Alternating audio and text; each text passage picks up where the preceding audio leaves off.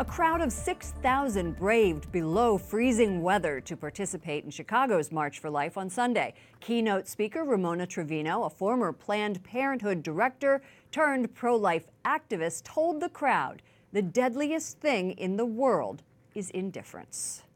Cardinal Blaise Cupich, the city's archbishop and co-owner of the Chicago Bears football team, were among the participants. And in just a few days, more than 100,000 people are expected to rally right here in Washington, D.C. for the 45th annual March for Life.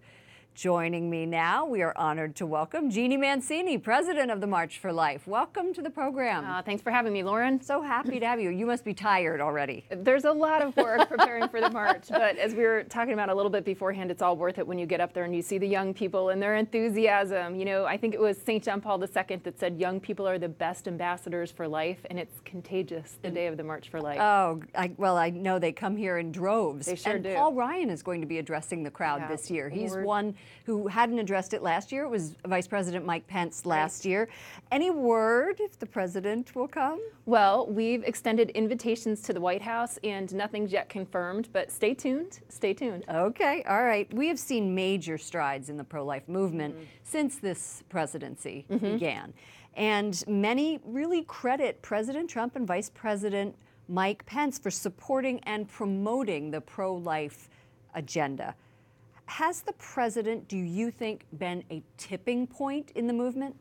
Well, when we're looking just at public policy, it's been amazing to see what's been accomplished this past year. And I know the enthusiasm of marchers is at an all-time high, I think, because of that. So beginning, first of all, with personnel as policy and putting some of, the highest people in the highest levels of government in wonderful positions like the vice presidents, like some of the cabinets, UN Ambassador Nikki Haley. He's really surrounded himself with incredibly pro-life staff.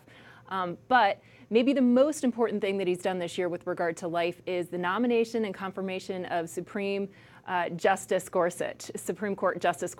And then he's made a ton of other judicial nominations as well. I think only 18 have been confirmed, but things like that have a huge impact on building a culture of life. In the Senate, they're set to take up the 20-week abortion bill, and we're not sure whether or not that's going to be brought to a vote or not, but it calls for up to 5 years in prison for medical providers who perform those abortions. It's clear, really, I think, if you look at the tea leaves, that the bill would never pass, would not have enough votes to pass. But why are pro-lifers pushing for a vote? Does it have anything to do with midterms? Well, sure. I mean, that always sort of plays into things. But this bill is a no-brainer. 8 out of 10 Americans for something like the last 10 years have agreed that we should be limiting abortion more than it is now. A Marist poll just came out this week, and literally 8 out of 10 Americans would limit abortion at most the first 3 months of pregnancy, the first trimester. And that's what this bill does. And so it's unfortunate to me that it's being seen in this, really partisan way when it should be a no-brainer. One thing you said that I love is that you hope that there isn't a march in 5 years. We need to work ourselves out of a job. I mean, it's not like, okay, let's build the March for Life more and more and more. It's like the end game is to end abortion, to change hearts and minds, to create a culture where abortion is unthinkable. And we've got our work cut out for us, but we're moving in the right direction. Do you think? I do. Okay, we're moving in the direction of life. Let's have another interview on that, because there are so many things we could talk about. All right. I know, Jeanne. Good luck to you. Thank you. And I hope Saturday morning brings you pajamas and coffee. Me too. Okay. All right. Take care. Jeanne Mancini, President, March for Life. And stay with EWTN for comprehensive coverage of the March for Life. We will be on the air from 9 in the morning Eastern until 5:30 Eastern this Friday, bringing you all of the excitement from Washington.